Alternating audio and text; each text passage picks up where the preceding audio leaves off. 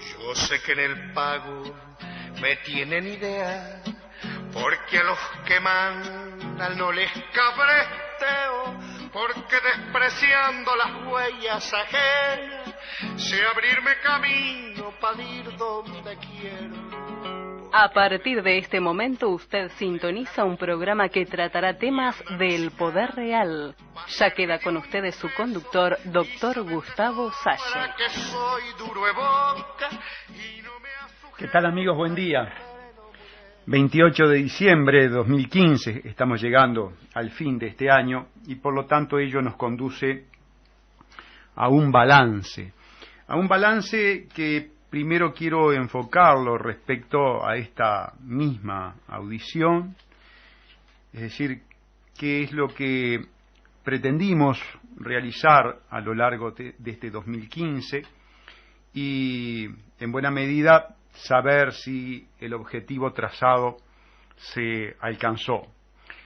Nosotros pretendemos una audición que aborde temas que desenmascaren, en definitiva, cómo se desarrollan los acontecimientos políticos, económicos, sociales, es decir, de las diferentes áreas de la vida del ser humano, pero atacando fundamentalmente el tema de la realidad fáctica, fenomenológica, empírica, y no la apariencia, no el discurso, no la falacia que a través de los grandes medios, a través de los académicos, a través de los políticos, se intenta, transmitir e inducir al conglomerado social.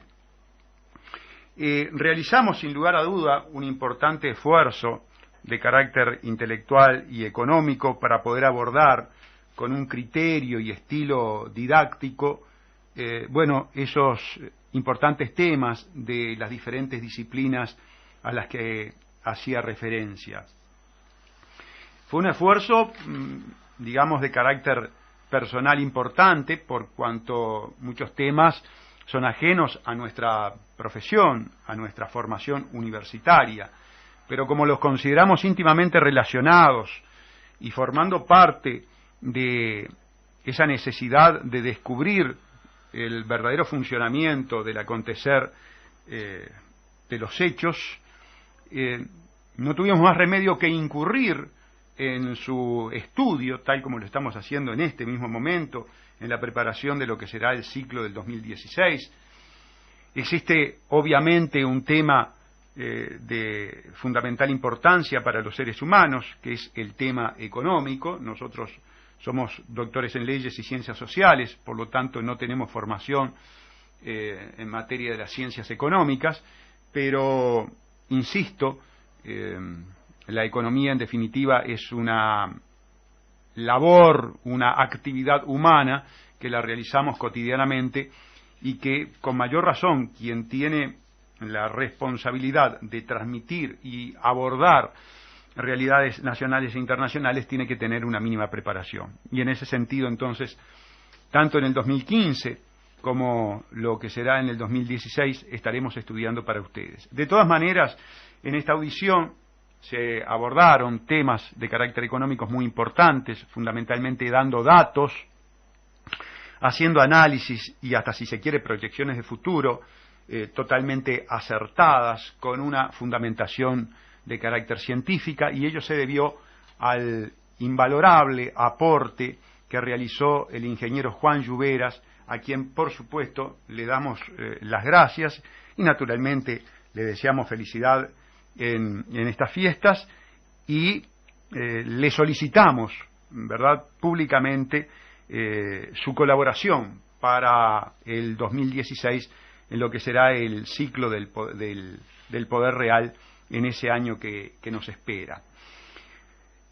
También realizamos importantes esfuerzos para transmitirles a ustedes las transformaciones de carácter legislativas y jurídicas que estaba viviendo el país, ahora sí en una disciplina que nos es particularmente cara y en la que estamos relacionados cotidianamente, que es la materia penal, sin perjuicio de que las transformaciones de carácter legislativas no son solamente de carácter penales, sino que se refieren a todo el ordenamiento jurídico nacional, una nueva ingeniería jurídica que viene impuesta, que viene condicionada y que viene hasta, si se quiere, financiada desde los centros de poder imperial, vale decir, de la matriz del centro de poder imperial que es Estados Unidos.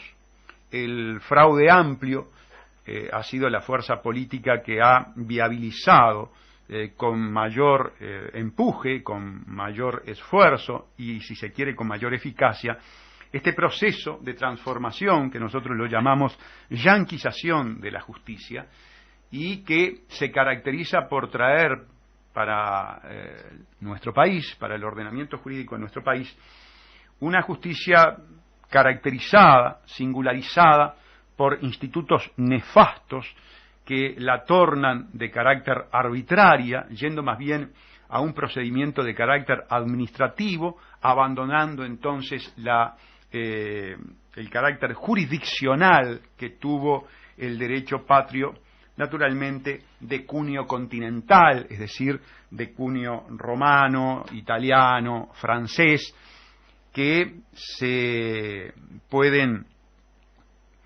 caracterizar por derechos muchísimos más garantistas, imparciales, con institutos más sanos que el derecho anglosajón, que es importado, ese derecho que bien lo podemos llamar foráneo, importado por esta fuerza política, no solamente en materia legislativa, sino también en lo que tiene que ver con la formación de los magistrados. Nosotros en esta audición intentamos demostrarles a ustedes cómo se había realizado, se había ejecutado una suerte de golpe de Estado, nosotros lo llamamos golpe de Estado técnico, una denominación, ¿verdad?, un concepto de carácter radical, un concepto fuerte, si se quiere, que no fue en absoluto acompañado por los académicos, por los periodistas y por los políticos, pero que luego los hechos demostraron que efectivamente se trataba del avasallamiento de uno de los poderes del Estado por el poder ejecutivo. Y si a ello le sumamos que en el plano legislativo el fraude amplio contaba con una legítima mayoría, digo legítima mayoría por cuanto es fruto de la votación, legítima por lo menos formalmente, aquí nos encargamos en esta audición de atacar en lo que tiene que ver con su fondo, con su sustancia, todo el tema del sistema democrático, ¿verdad?, que lo ponemos en tela de juicio, que estamos insistiendo en el hecho de que hay una democracia de carácter formal, pero que no se acompaña con una democracia de carácter sustancial. Pero volviendo al tema del golpe de Estado técnico, en ese sentido fuimos particularmente escrupulosos en el estudio de esa transformación legislativa. Contamos también con el aporte enjundioso del fiscal Enrique Viana, un fiscal que por su postura de defensa de los principios republicanos, democráticos, del sistema judicial uruguayo, pero fundamentalmente de la organización del Ministerio Público, de la lucha por la independencia técnica tan maltratada, tan avasallada por el fraude amplio, concurrió a estas audiciones y nos dio verdaderas clases jurídicas que supongo fueron debidamente aprovechadas por ustedes, pero en lo personal yo sí aprendí mucho con las conceptuaciones vertidas por el doctor Enrique Viana, un fiscal ejemplar de la nación, un fiscal de la nación, un fiscal de la República, a quien saludamos y también agradecemos y comprometemos, por así decirlo, y en función del vínculo de amistad que tenemos con él, para que en el 2016 nos siga, iluminando con sus conocimientos y con su experiencia práctica. El golpe de Estado técnico, amigos, el avasallamiento de la independencia técnica, está claramente de manifiesto en una cantidad de casos de carácter jurídicos, que precisamente esta audición fue caja de resonancia. Nosotros, además de llevar adelante una labor de carácter periodística, entre comillas, no pretendemos ser periodistas, pero sí, evidentemente, tenemos una audición de radio y en ella, llevamos nuestra opinión al conglomerado social, y si ello implica algo de periodista, se puede decir que tenemos ese mínimo porcentaje. Y en ese mínimo porcentaje de actividad periodística, esta audición fue el lugar donde se propalaron y estudiaron casos jurisprudenciales, casos que refieren a la corrupción en la administración pública, que fueron de carácter emblemáticos. Y aquí se estudiaron sin el condicionamiento que normalmente tienen los académicos, que normalmente tienen los periodistas, que normalmente tienen los políticos. Y con otro elemento fundamental, que en buena medida fuimos protagonistas de esos actos de corrupción en lo que refiere a su denuncia jurisdiccional. Yo me permito recordarles que la primera denuncia de Pluna, y ustedes lo han escuchado muchas veces, fue realizada por el doctor Salle, ¿verdad? En el plano civil tuvimos la colaboración del doctor Ramiro Chimuris. Allí pedimos medidas de carácter cautelares.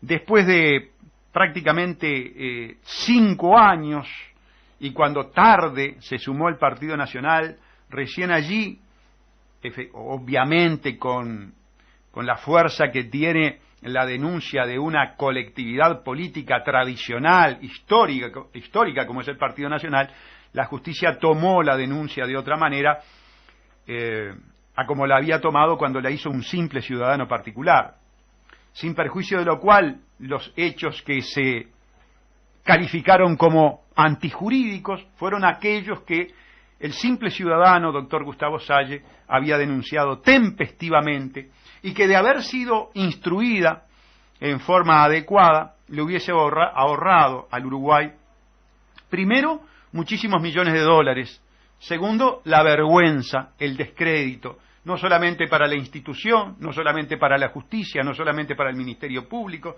sino también para toda la institucionalidad del país.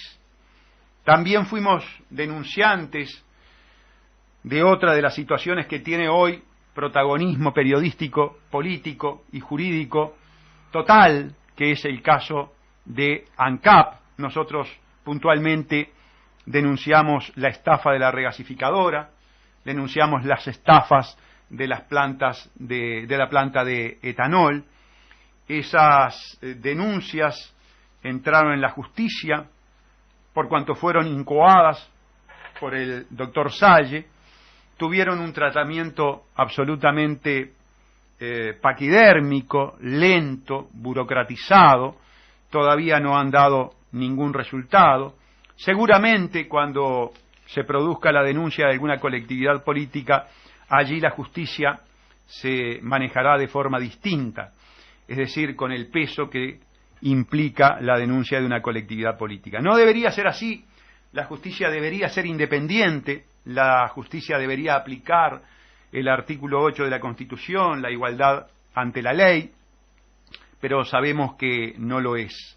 Esta labor, amigos, que yo la llamo labor de militancia jurisdiccional, de militancia jurídica, entendemos que ha sido muy importante, y tener este espacio en CX40, Radio Fénix, para poder propalar, para poder informarles a ustedes el manejo doméstico, la cocina de los juzgados y del Ministerio Público, entendemos que ha sido también de sustancial importancia. Normalmente en los grandes medios de comunicación, tanto mis colegas como los propios periodistas, es decir, mis colegas abogados y los periodistas, hacen un manejo de esta información absolutamente formal y transmiten generalmente el discurso que emerge de los operadores oficiales y, cuando no, de los voceros, tanto del Ministerio Público como del Poder Judicial. Y dejan por el camino, naturalmente, todo lo que refiere a la parte interna, muy jugosa, que ustedes saben que se da en todas las actividades de los seres humanos. Una cosa es lo que sale en los comunicados oficiales y otra cosa es lo que verdaderamente pasa, todo lo anecdótico que sucede en la interna de las distintas instituciones.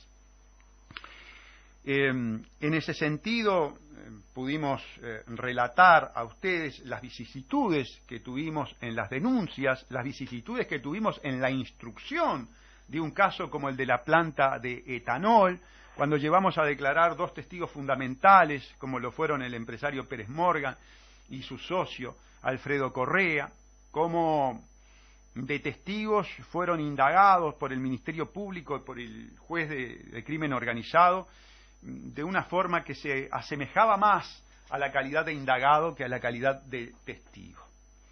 Hemos sido particularmente críticos, y precisamente por este tipo de casos que les estoy relatando, con la justicia de crimen organizado.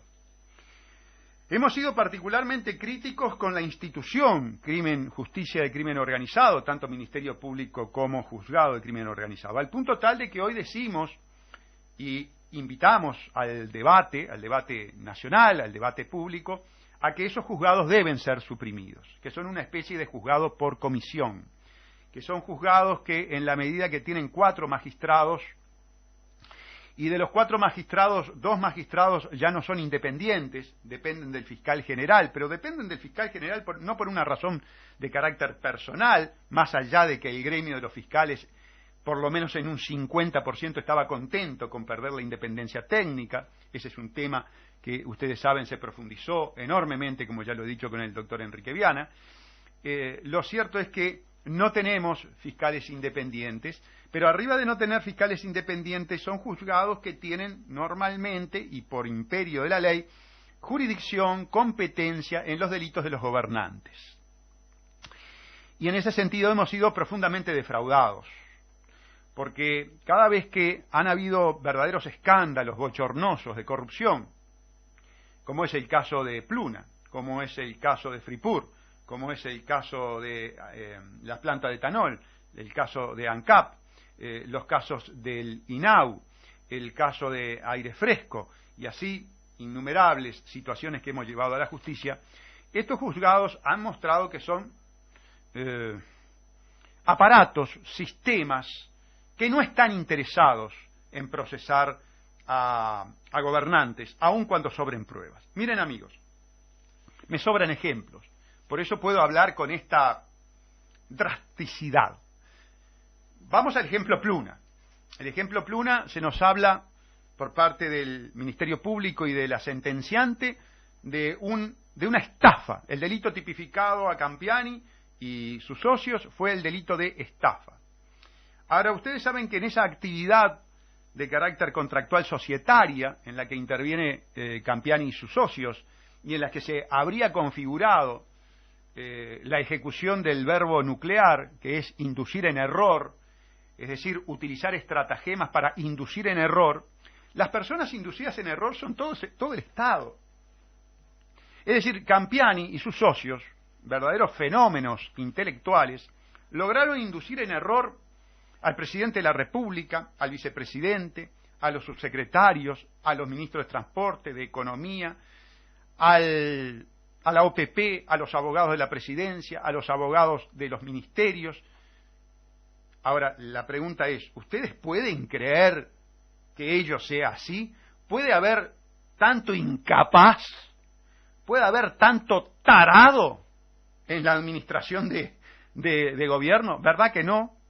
Por supuesto que no. Es más, en las asesorías letradas hay, pero muy prestigiosos abogados, inclusive abogados que en conversaciones de carácter subjetivas, personales, nos daban a conocer su posición, ratificando plenamente del conocimiento de los gobernantes sobre lo que estaba haciendo Campiani y la coautoría de los gobernantes de lo que estaba haciendo Campiani. Entonces, en el caso Pluna, amigos, jamás pudo haberse tipificado estafa. Como jamás pudo haberse tipificado estafa recientemente a Figueredo. Ustedes me van a decir que a la gente del fútbol, que a los dirigentes del fútbol, se les induce en error como que fueran viejitos de la tercera edad, con algún principio de Alzheimer, o que fueran niños con un grado de desarrollo psicológico inferior, que hay problemas de discapacidad intelectual en el manejo de los números en los dirigentes del fútbol, que Figueredo indujo en error a los dirigentes del fútbol. Miren, amigos, eso es un cuento chino. La primer denuncia del fútbol en este país, señores operadores de crimen organizado, la hizo el doctor Salle, y el doctor Juan Gómez y la doctora Adriana de los Santos archivaron la denuncia.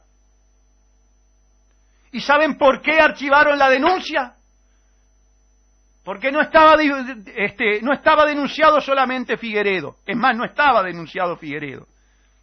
Eso era un tema del fiscal investigar. Estaba denunciado José Mujica, cuando hizo el boicot a través del Ministerio del Interior con la implicancia de Bonomi, que no le llevaba policías al estadio para lograr el colapso. La primer denuncia realizada con respecto al fútbol y sus vinculaciones tributarias la hizo el doctor Salle, y el doctor Juan Gómez se encargó de archivarla. Fue la denuncia por la bochornosa y deleznable privatización de una función pública republicana como es la función tributaria en el país, que se delegó en el estudio de Guller y Regules en el doctor Albacete, un estudio privado, un estudio al cual se le lleva dinero para evacuar las consultas, lo cual es legítimo desde el punto de vista del estudio, por supuesto, desde el punto de vista del privado, pero absolutamente inaceptable, con criterios jurídicos republicanos, sanos, probos e enjundiosos, que fueron los que me encargué de propalar durante 1 hora en el juzgado de crimen organizado, y fue archivado. Pero cuando el imperio, cuando Yanquilandia le pide a las colonias que investigue, bueno, allí se producen estos procesamientos bochornosos, técnica y jurídicamente inaceptables, improponibles. Quiero ser bien claro y desafío públicamente a cuanto profesor, académico, magistrado haya por allí. Improponibles. Así está funcionando nuestro crimen organizado por la yanquización que trajo el traidor Fraude Amplio. Tan traidor que hoy el propio Arana, uno de los viejos, reviejos fundadores del Frente Amplio, sale en El Observador y confiesa la traición. Y confiesa la traición.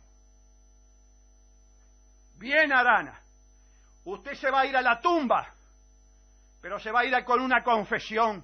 Le faltó otra, Le faltó el tema del PEN.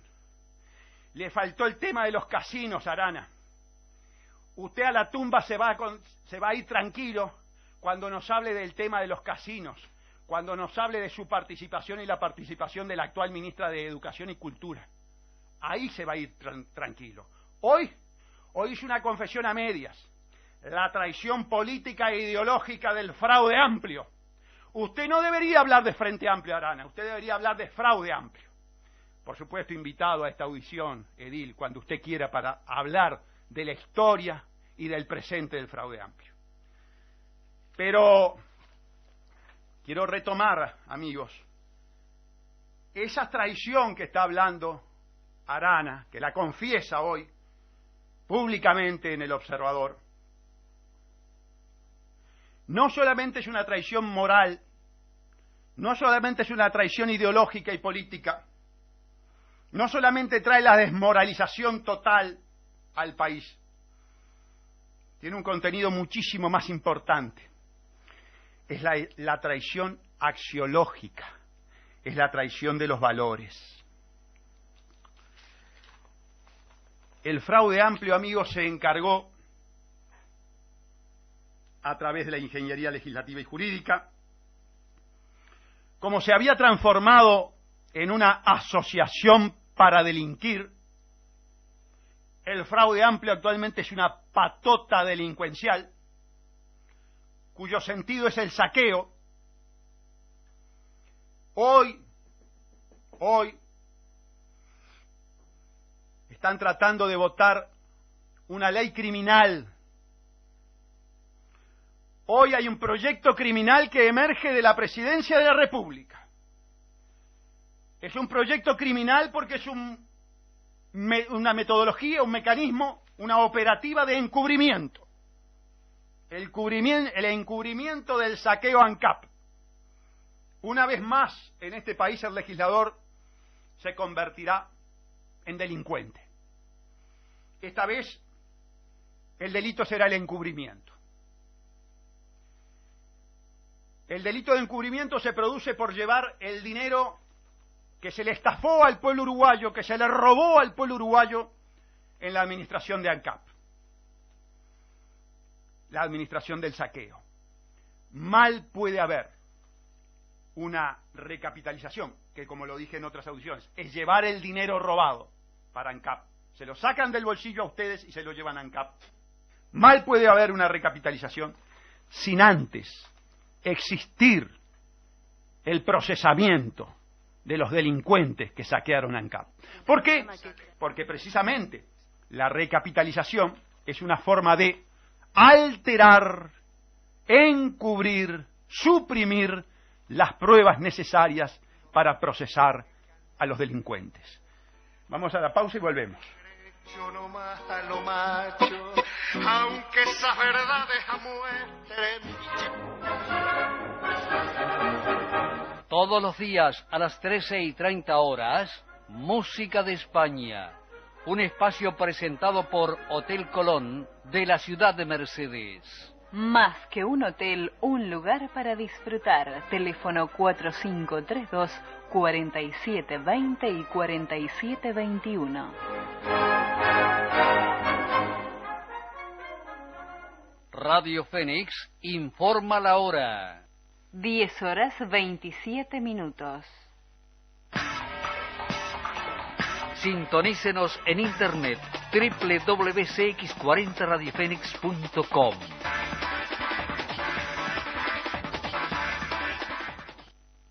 Recuerde que usted se comunica con los programas que estén al aire a través del 2409-0837 y con la dirección de la emisora por el 2408-3292 o a través de nuestro email radiofenix@adinet.com.uy.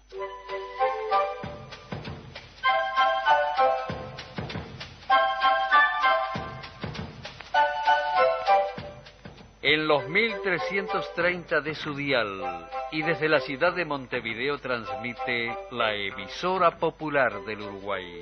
CX40 Radio Fénix.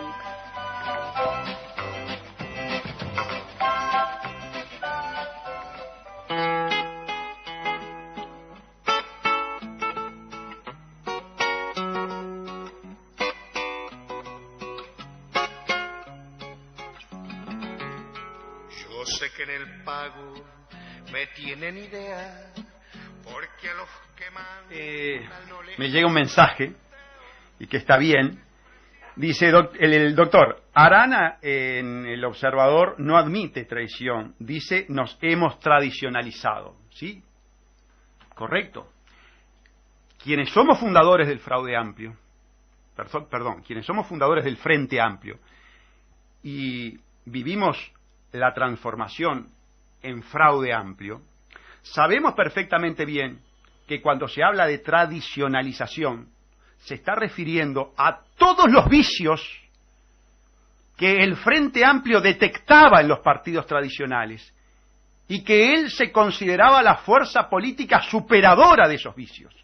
Por lo tanto, cuando hoy Arana dice nos tradicionalizamos, es decir, estamos adquiriendo, ellos, el Fraude Amplio, han adquirido aquellos vicios y por lo tanto han traicionado los principios fundacionales.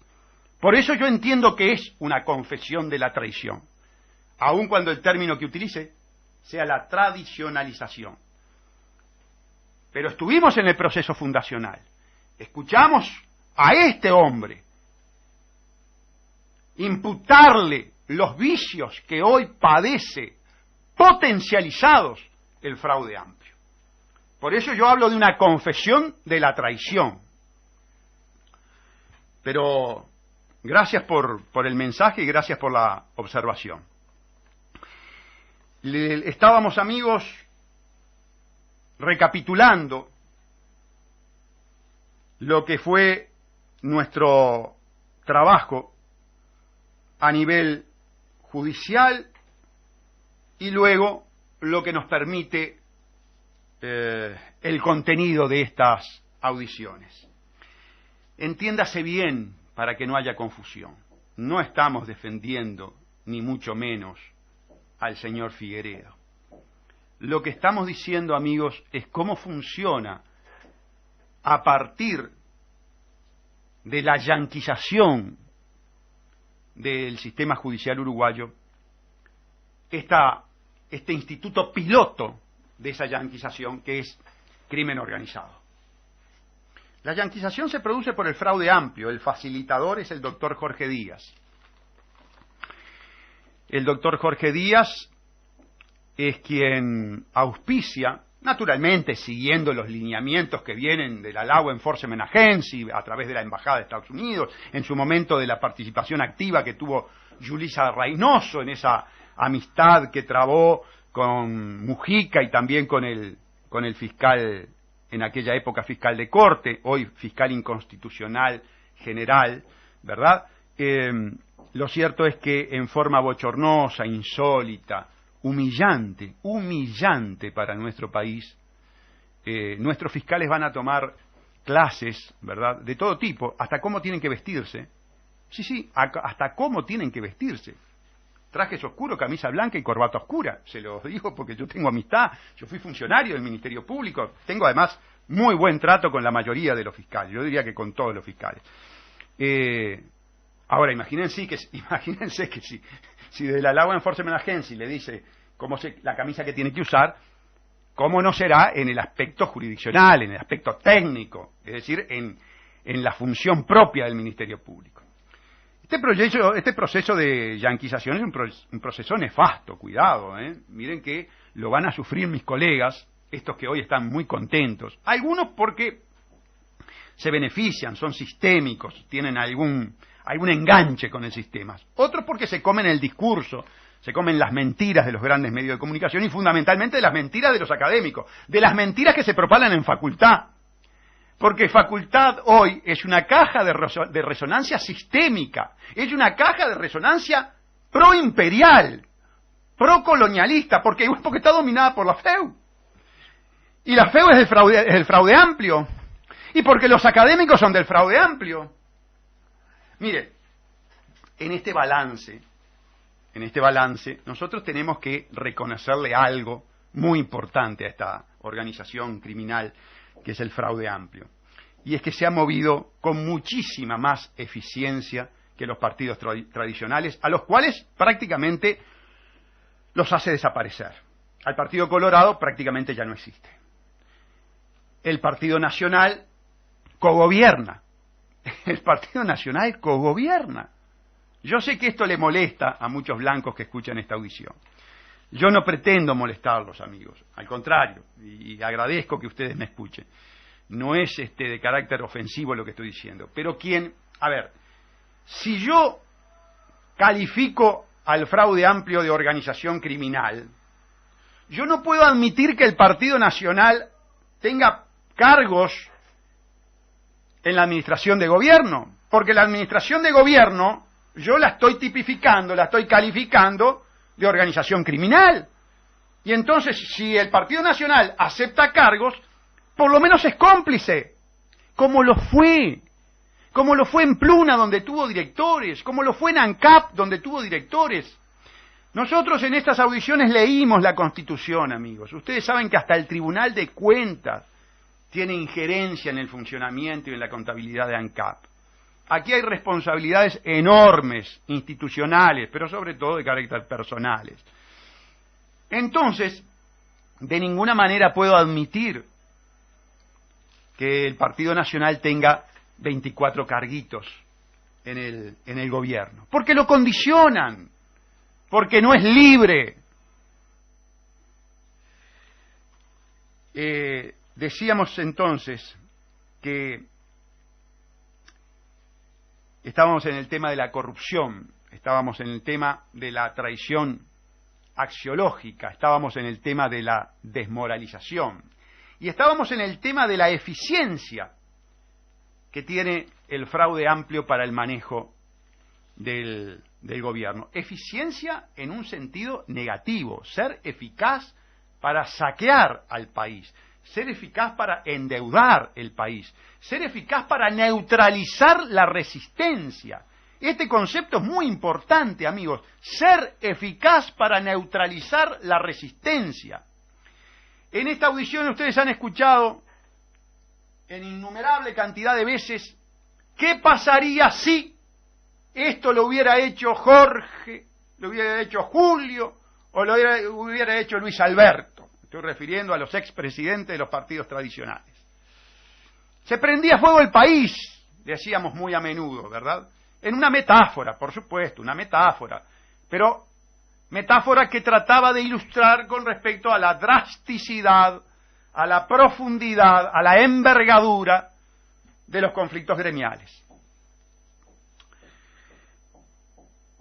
Y parte de la eficacia de este gobierno, eficacia negativa, eficacia para endeudarlo, extranjerizarlo, fundirlo, generar el éxodo rural, desindustrializarlo, reprimarizarlo, convertirlo en un centro de actividad del narcotráfico para lumpenizar, marginar, para que aumente la criminalidad. En eso fue eficiente el fraude amplio. Contó con una pata fundamental, pata en el sentido de apoyo, de punto de apoyo, de cimiento, y que fue la burocracia corrupta sindical del amarillo PIT-CNT. Yo trabajaba con un abogado veterano, gran penalista, del cual aprendí mucho, el doctor Juan José González, fallecido hace mucho tiempo, y me decía, no adjetives tanto, no adjetives tanto. Siempre me caractericé por frases hiperadjetivadas, es decir, con muchos calificativos. Y bueno, no pude corregir ese defecto. Ustedes vieron que siempre en mis frases hay un importante número de adjetivos. Pero el adjetivo muchas veces cumple una función, la función de ilustrar, ampliar el espectro cognitivo de la persona. O eso es lo que pretende el interlocutor. Y por eso califico, pero voy a justificar, voy a fundamentar la calificación. Burocracia, pero vaya que la hay, amigos.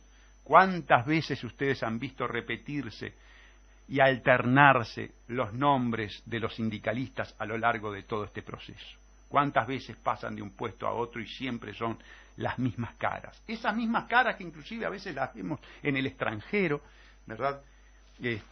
Disfrutando de sus vacaciones sindicales.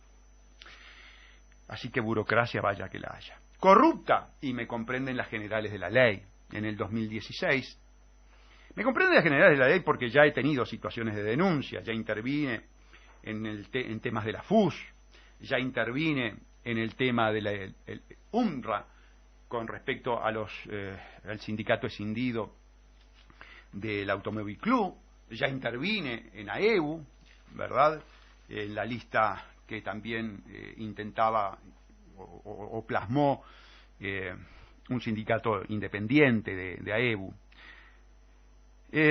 Carneros, amarillos, oficialistas, entreguistas. Bueno, a ver, vayamos por parte, ya que hablamos de AEBU. Un sindicato que está promocionando, gastando dinero a través de los grandes medios de comunicación para promocionar la ley Rothschild, la ley de bancarización, la ley que entrega de pie y mano a los obreros empleados del Uruguay, a todo el conglomerado social uruguayo, nada menos que en manos de los banqueros. Cuando uno dice banquero, ¿qué está diciendo? Cuando uno dice banquero, dice criminal, ladrón, estafador, usurero. Cuando uno dice banquero se está refiriendo a lo peor de la sociedad, a lo peor de la sociedad. Entonces, claro, cuando usted tiene un sindicato que quiere entregar al pueblo a lo peor de la sociedad, ¿qué le puede decir? Que bueno, que es lucha por el proletariado, lucha por el obrero. No, lucha por el bolsillo de ellos, en una concepción corporativista.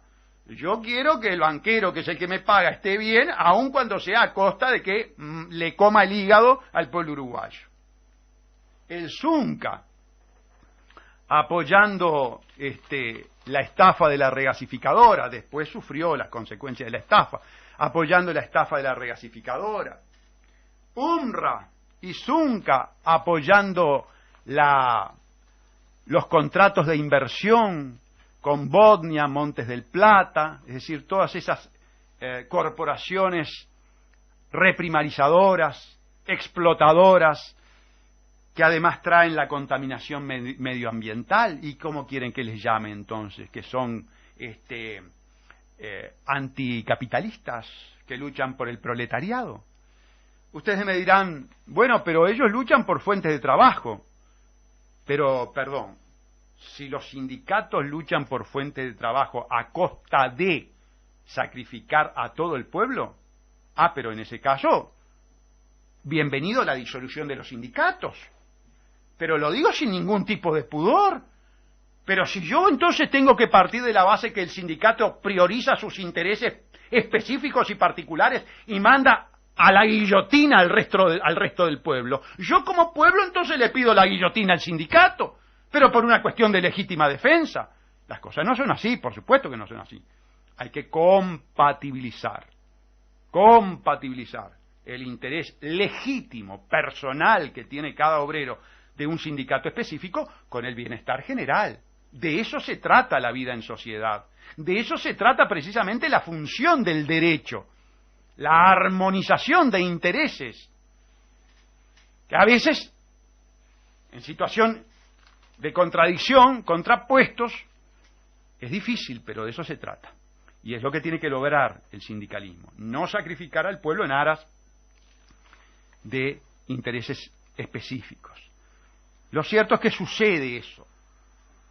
Lo cierto además que el fraude amplio sabe perfectamente bien que como está diseñada actualmente la democracia formal, que por lo tanto no es democracia, esa fachada de democracia, sabe que el político, que el legislador, que el diputado, el senador, es un títere de lujo, pero títere al fin, de los grandes centros de poder.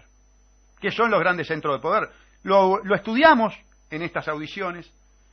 Lo estudiamos en estas audiciones como no se estudia en ninguna audición que sale al aire en este país. Miren, yo veía el otro día a la economista, la elegante economista Claudia Raffo, en Telemundo. Dicho sea de paso, vaya informativo, vaya desinformativo lisonjero el de Telemundo, qué mal se portó con la gente de la Republicana. Pero bueno, ese será otro tema.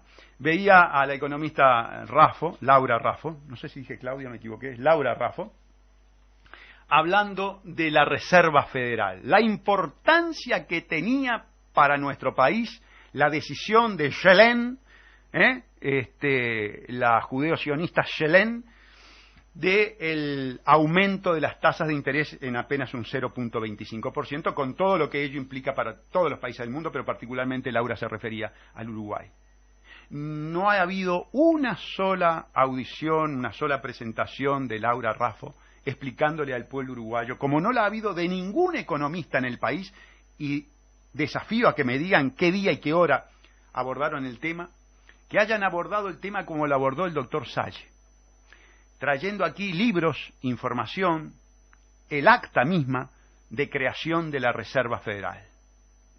Ese monopolio privado de banqueros conspiradores, de banqueros criminales, que atentando contra la Constitución de los Estados Unidos, le arrebataron al pueblo de los Estados Unidos la facultad más importante que pueda tener un pueblo y que es en la que se cimenta su soberanía, que es la emisión, la potestad de acuñar su propia moneda.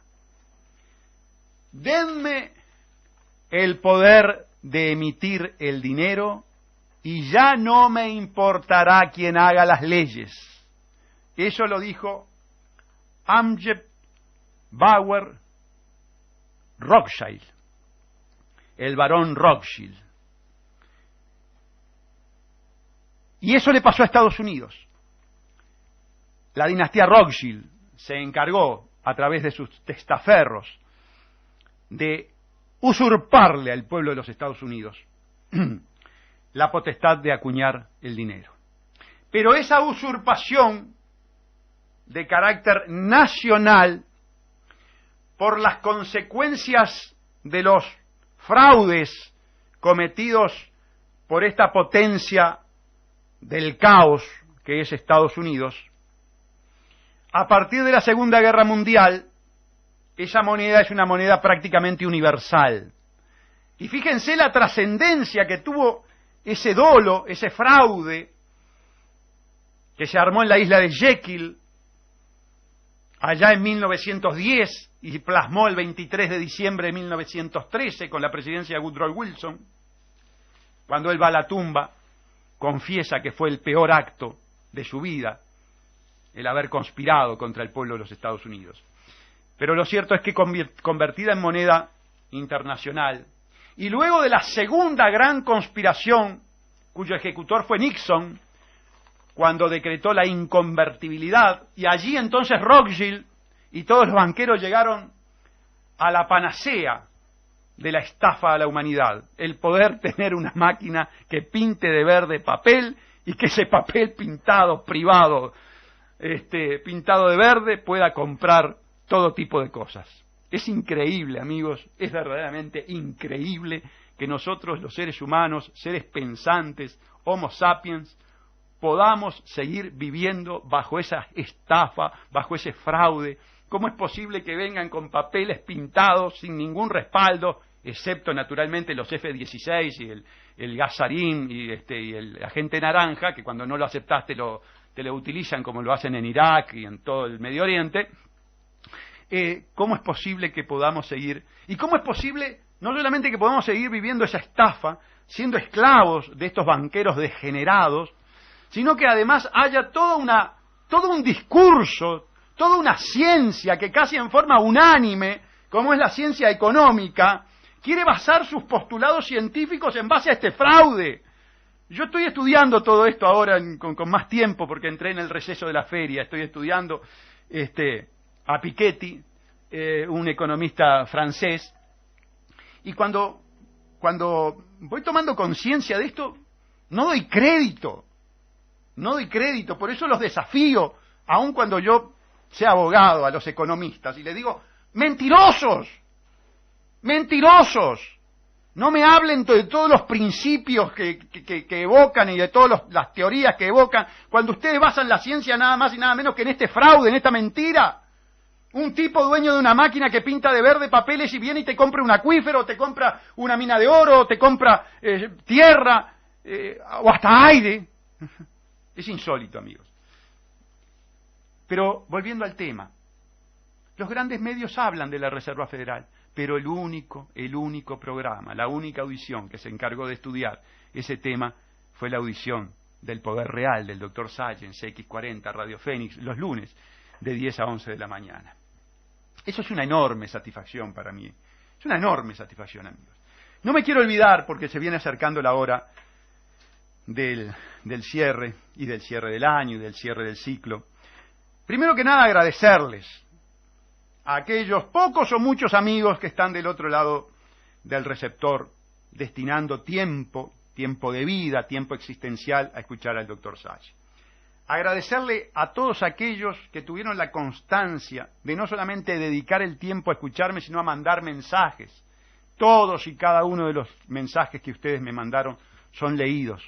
Y son un estímulo invalorable, amigos. Le digo de corazón, no podría seguir en estas audiciones, no podría seguir en este esfuerzo económico e intelectual si no fuera por los mensajes de ustedes, si no fuera por el hecho de cruzarme en la calle y que alguno me pare y me dice tal cosa, tal otra, a veces a favor, a veces en contra. Tengo que confesarles también que pese a la drasticidad de mi adjetivación, muchas veces agraviante, muchas veces hasta grosera, nunca he tenido en la calle,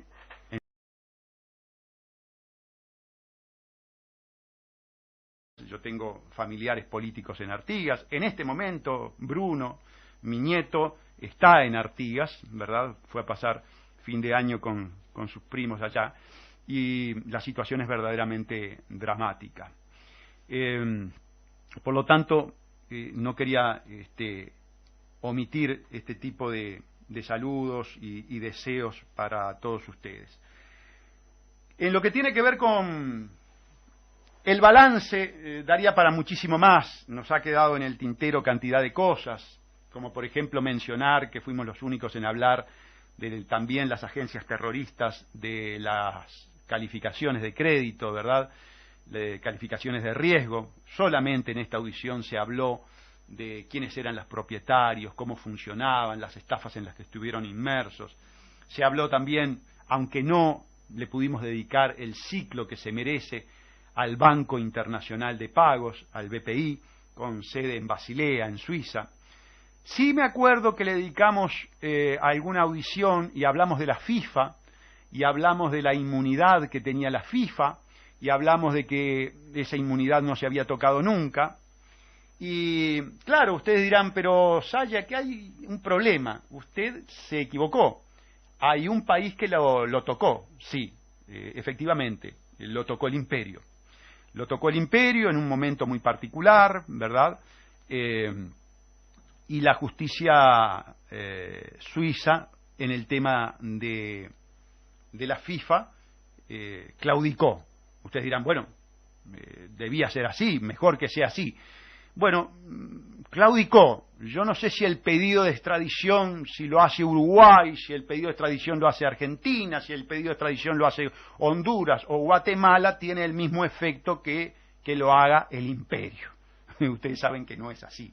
Es más, el imperio tiene además una legislación que, si tipifica de terrorismo determinado tipo de actividad, y no se olviden que el lavado de dinero es un delito vinculado en la legislación americana al terrorismo, los Estados Unidos se arrogaron el derecho de ir a buscar directamente en operaciones especiales. El otro día veía justamente un trabajo sobre los Rangers, cuando toman una represa muy importante en Irak, o como hicieron con Noriega, invaden y ejercen su jurisdicción imperial.